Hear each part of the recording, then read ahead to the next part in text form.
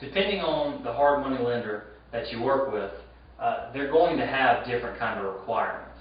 And I've always considered that, I do come across quote-unquote hard money lenders who will give you their package and they say you must have this kind of credit score and this and that and the other. I don't really consider them hard money lenders like I've been discussing. The requirements that I've seen most, a hard money lender may require that you get an appraisal. Of course, they're going to want to see that the title's clean, so a title search. They may require that you also get them lender's title insurance. They may want to see, depending on where you're at in the country, a termite letter, making sure that it's not infested with termites. They may require to see an HVAC letter showing that the HVAC system is in good shape. A contractor's estimate. Maybe just a CMA, a comparative market analysis, rather than an appraisal. It's just going to depend on who you're working with, and these guys are in business to lend hard money, so a lot of times they'll say, hey, here's my terms, here's what I require to see for me to consider a deal. So each one's going to be different. Let me tell you a little bit about my experience with hard money lenders. The third property that I purchased when getting started, we financed through a hard money lender. It was actually a guy that was from Columbia, which is a couple hours away from Charleston, but that's where I'm from, and came into his information through a referral, through someone that we knew. And he did hard money loans on the side. We paid 15%.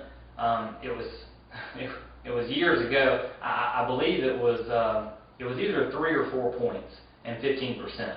He did require us to get an appraisal. He wanted to see the HVAC letter and a renovation estimate. And that was a 6-month term, which we actually ended up, it being one of our first deals, renovations. It did take us a little longer, so we went back up, sat down with him, and renegotiated a little bit of extra time there. So he was even willing to work with us. So that was great. One of the main hard money lenders that has really been key over the years to getting some deals done for us, he charges us 12% annualized return and 4 points. And as far as what he required to see, he owned a mortgage company for many, many years and bought and sold and leased real estate himself. Very familiar with the area that we're in here and also real estate in general. So with him, his requirements were a little bit less than some. He wanted to know the property address. He wanted to know that if he wanted to go by and check out the property, he could drive by and such or get inside.